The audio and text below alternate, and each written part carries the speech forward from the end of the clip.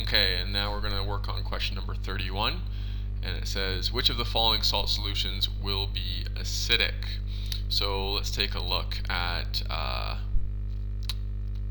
data table and look at these different compounds right here. So the first one, KClO4, as we talked about earlier, K, or potassium, is a spectator ion. It's in column 1.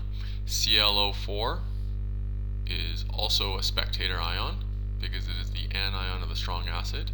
So this one is not going to be acidic. It is going to be neutral. This is going to make a neutral. This is a neutral salt right here. So 31A is going to be neutral.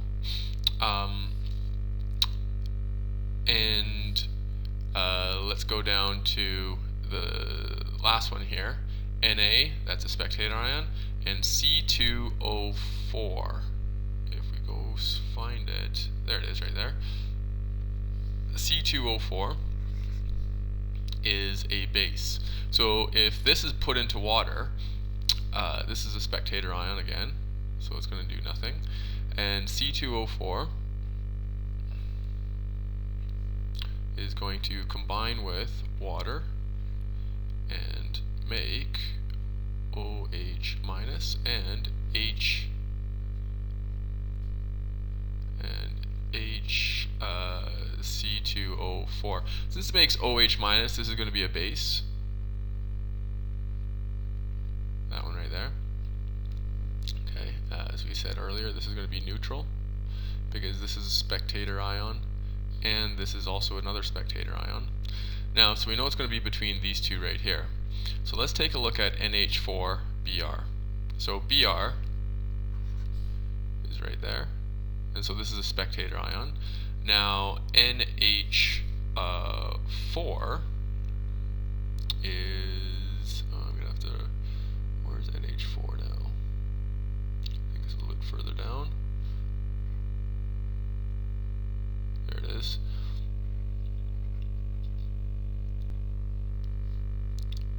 So NH4 is right here. NH4 is going to be making H+. So this one is going to be acidic.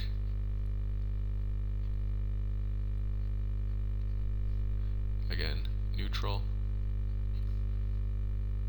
Forgot a U in there. Basic.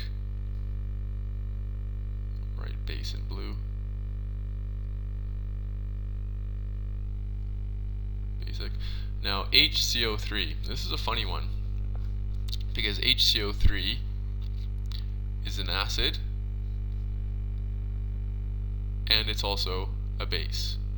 So what we're going to do is we're going to figure out really quickly if you put HCO3, because Na is a spectator, if you put HCO3, is it going to be making a acidic solution or is it going to be making a basic solution when you put it into water? So we're going to look at and compare the Ka. The Ka of HCO3 is 5.6 times 10 to the minus 11. And the Kb, we need to do a quick calculation. So I'm just going to do the calculation right here. Kb equals Kw, which is 1 times 10 to the minus 14, over Ka. And we use the Ka from this one. 4.3 times 10 to the minus 7. And therefore, Kb equals, I'm just going to grab my calculator, and I type in Kb 1 times 10 to the minus 14 divided by 4.3 times 10 to the minus 7, and that equals 2.3. So Kb equals 2.3 times 10 to the minus 8. Since Kb is larger, this Kb value right here is larger than this Ka value right here, it's going to be base.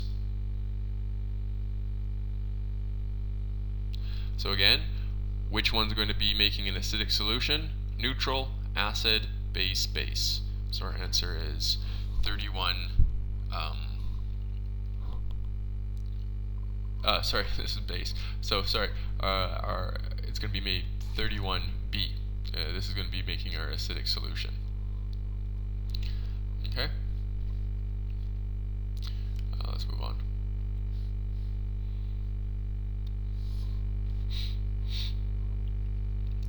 Next one says, number 32, the indicator phenol red will be red in which of the following solutions?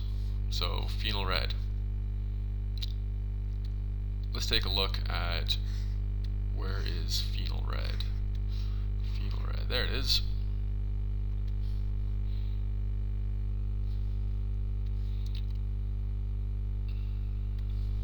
So we found phenol red on the on the indicator chart, and phenol red turns red when it's a pH of greater than 8.0. Okay. So which one of these is going to make a pH that is greater than 8.0? So let's take a look. So which one, again it says, which one is going to be red? And this, and so we know that the pH has to be greater than 8.0. So HF, this is an acid, so pH is going to be less than 7. Another acid, oh sorry, let's try that again. Okay, again, HF is an acid, HBr is also an acid, NH4, what we did earlier, is an acid, and this is a base. It's a weak base. Now, how did I know this was acid, acid, acid, and this was a base? Well, again, you can look on this table right here and go HF is an acid, HBr is an acid, NH4, where's NH4 now? NH4 is also an acid, and CO3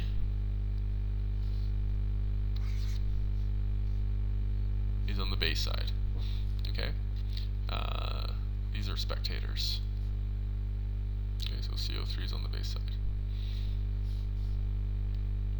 So, which one's going to be basic, or have a pH that is greater than 8.0? Because when it's red, pH is greater than 8.0. It's going to be this one, 32D. Next one, which of the following chemical indicators has a Ka that is 2.5 times 10 to the minus 5? So what we're going to do is take a quick look at how to calculate Ka for a indicator. So I'm going to give a basic formula of how indicator works. So H, and then I'm going to go indicator plus water. What indicators are? Indicators are just weak acids weak acids and conjugate weak bases, and how they work is that just like all weak acids, they ionize in water.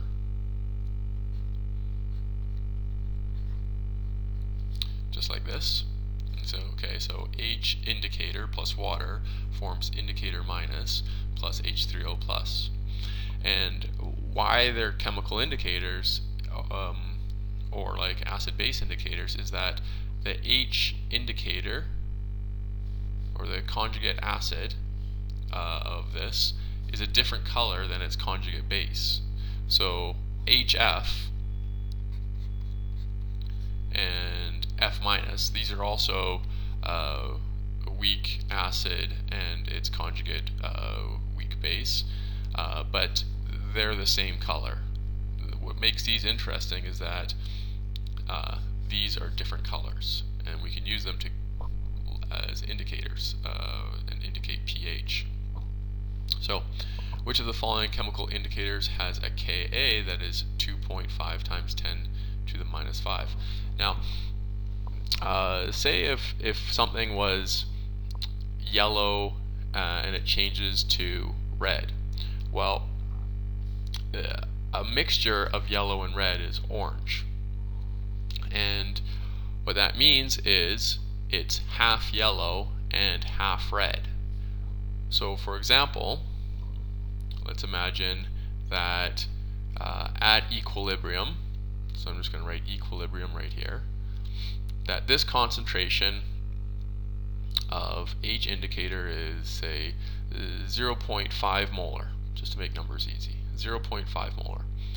And H indicator right here, let's pretend this is yellow. That's the color yellow. And indicator minus right here is also 0.5 molar. And let's pretend that's the color red. So our solution is right in the middle, and so therefore it's going to be orange. Okay?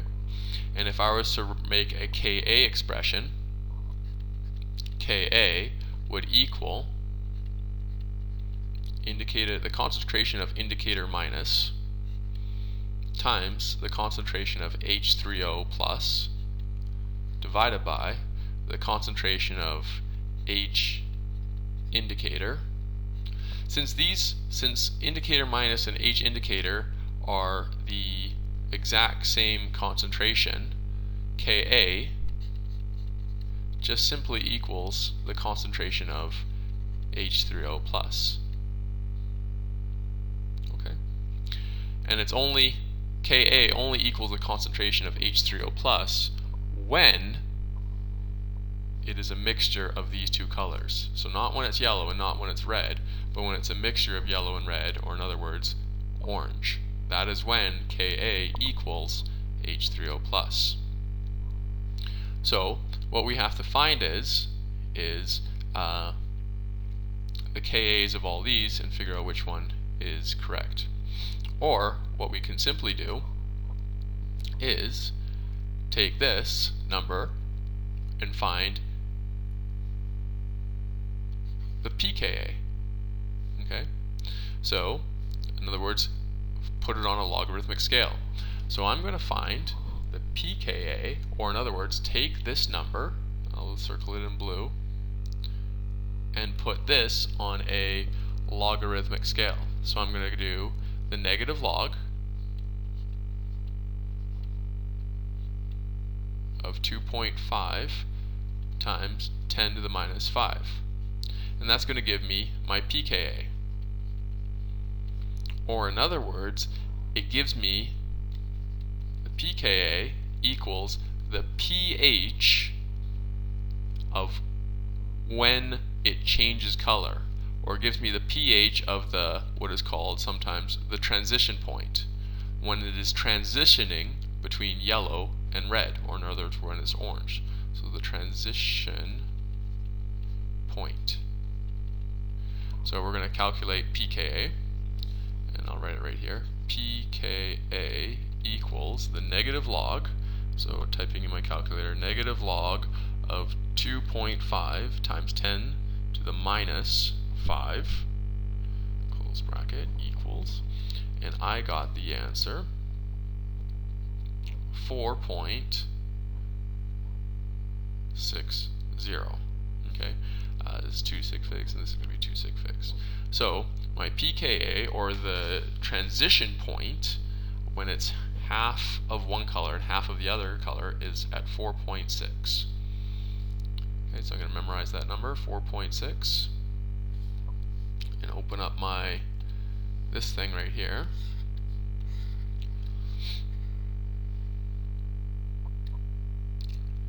And we're going to find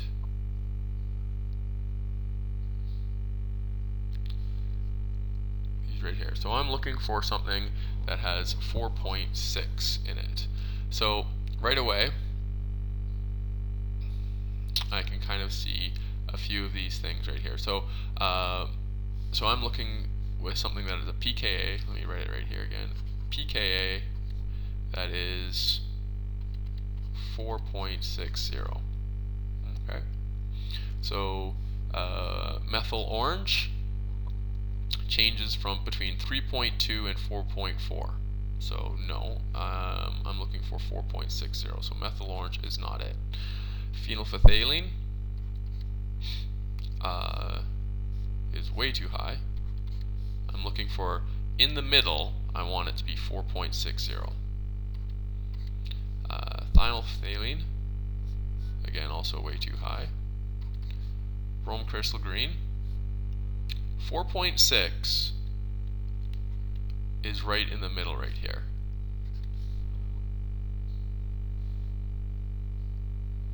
Okay, so 33 is going to be D.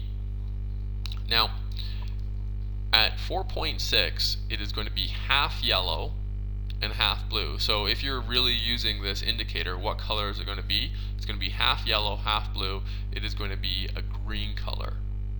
Okay. Anyways, so that's our answer, 33D.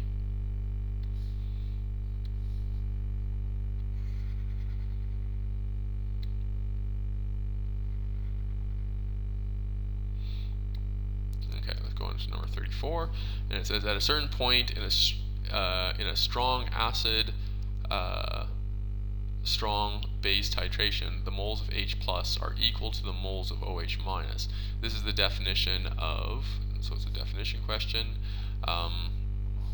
So we're going to go through that. Transition point, no. Same with no. These two terms,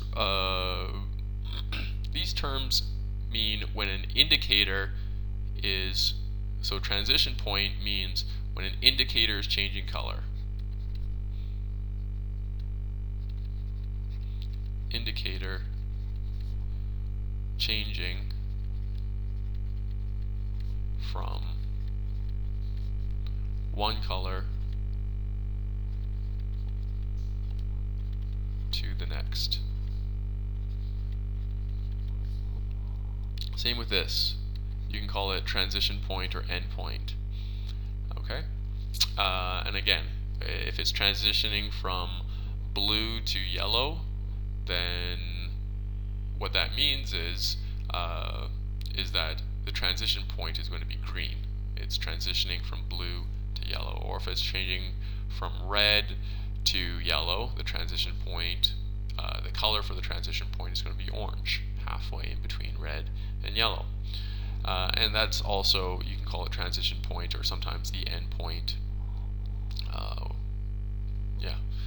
Now titration point, I don't know what that definition means, but it's, so we're just going to, I think some people would choose this one because they see this in the definition, and so they're just going to put that one, but that's not it. Now the correct answer is the equivalence point. Okay, when H plus and OH minus, the moles are equal. This a better term for this, a term that I prefer, is stoichiometric.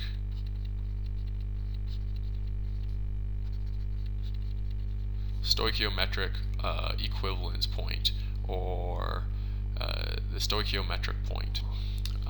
And that just means that the ratios are correct. In other words, the rate, if it was a 2-to-1 ratio, then it's going to be 2-to-1. But nonetheless, so you can call it the equivalence. This definition refers to the equivalence point or the stoichiometric point. Okay, so 34 is D. Number 35.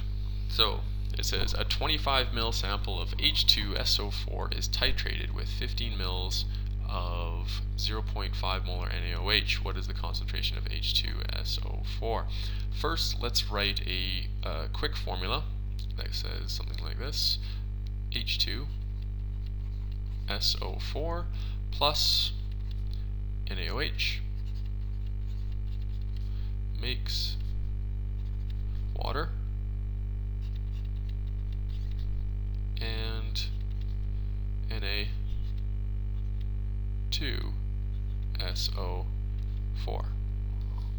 So here is our formula. It's a strong acid, strong base, so it's going to go in just this one direction right here.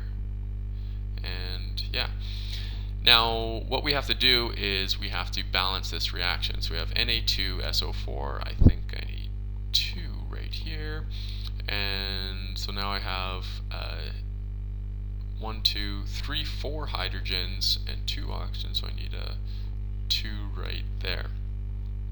Okay, or what you can just simply do is go, hey, this is a diprotic acid, and here is this hydroxide only has 1 right here, so it's going to be a 1 to 2 ratio.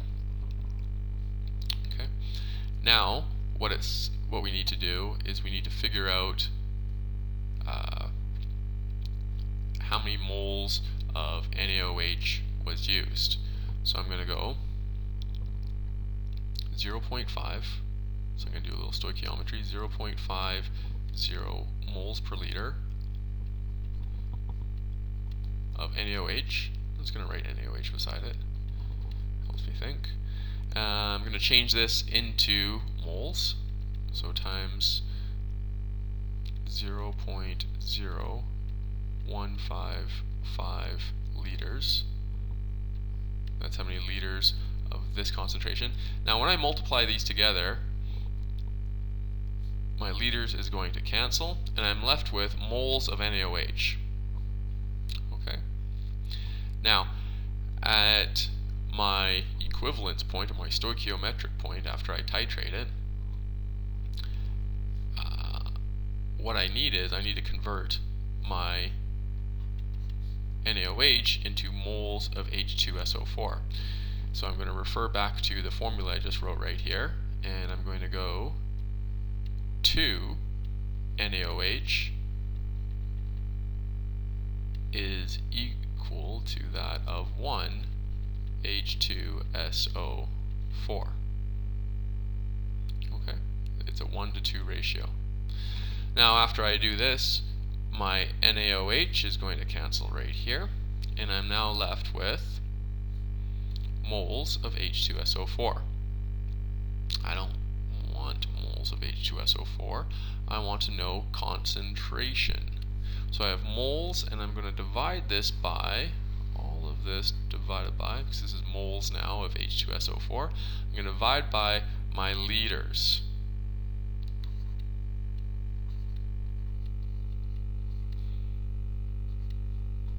Right, like that. So I'm going to type that into my calculator, and I'm going to go 0.50 times 0.0155 divided by 2, because it's a 1 to 2 ratio, and divided by 0.025 liters. And what I get is, I get the answer 0.155, and that's going to be moles per liter of H2SO4. And right like this. Now this is 2 sig figs, okay, this is 3 sig figs. Yeah, so my final answer is going to be 2 sig figs, and so that is going to be changed to 0.16 molarity. And I see it right there. Okay. So I think the tricky part right here for this particular question is that some people skip this step right here. They skip the formula part and they forget that it's a 1 to 2 ratio, and then they get a different answer. Okay, so they get an answer like C or something like that. But remember, it is a 1 to 2 ratio, so you have to take that into account. So 35 is B.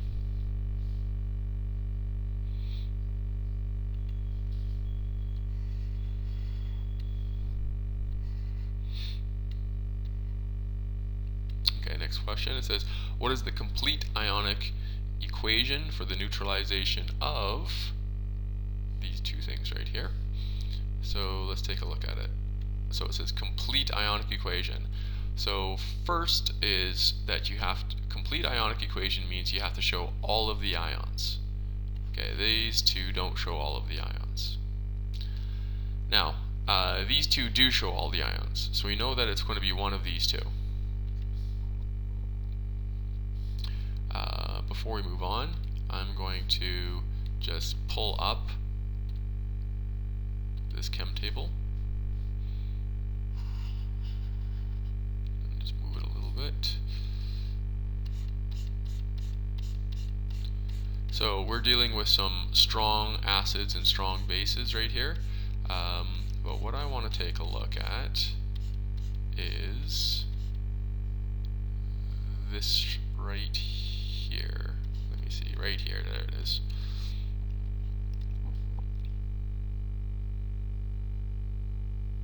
Good. So again, this is not complete and this is not complete. Now here, these two halves right here of the reactants half, these are complete and they're both correct. So this part and this part is correct. Okay, these are in aqueous forms, and so therefore these two parts are correct. Now, where they differ is the products, and this is a little tricky one right here. We know that strong acid, strong base is going to be producing water, and so we know these two parts are correct. Now, here's where it's different.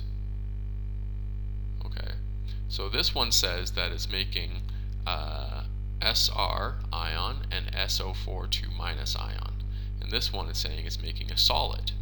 So a lot of people are thinking, okay, ionic equation, I want to choose this one right here. But this is also a bit of a chapter 3 question too, because strontium sulfate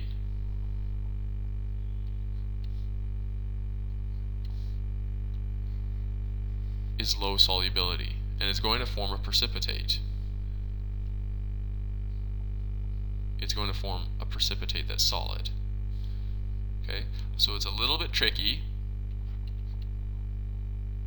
but this is a chapter 4 question combined with a little bit of chapter 3 question in there too. So again, since SrSO4 has low solubility, that it's going to make a precipitate, and here's the precipitate right here, and its precipitates aren't ions, okay, they're solids. Okay, so again, if you see these two questions or see these two answers, just know, oh, maybe I should be looking at my solubility table, because the only difference is this one's saying it's soluble, and this one's saying that it's low soluble. So check again, and you'll easily see the answer is 36C. Okay, let's move on.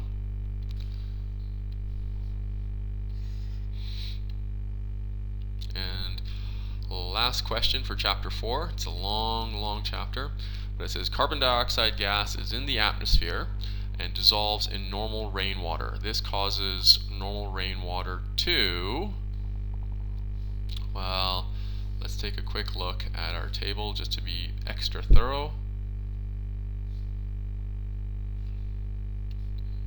And we'll go all the way down, not that chapter 3 stuff, we'll go down to chapter 4 stuff, and we see that it's right there. Okay, carbon dioxide gas, CO2, dissolves in rainwater. Rainwater is made of H2O. Okay, and this causes normal rainwater to become this carbonic acid. Okay, in other words, to become acidic. So it does not remain neutral. It does not become basic. Again, this one becomes basic. So A and D are exactly the same. But it does make it become slightly acidic. Okay, and it has a Ka and all that kind of stuff right there. Okay, so 37 is B. Okay,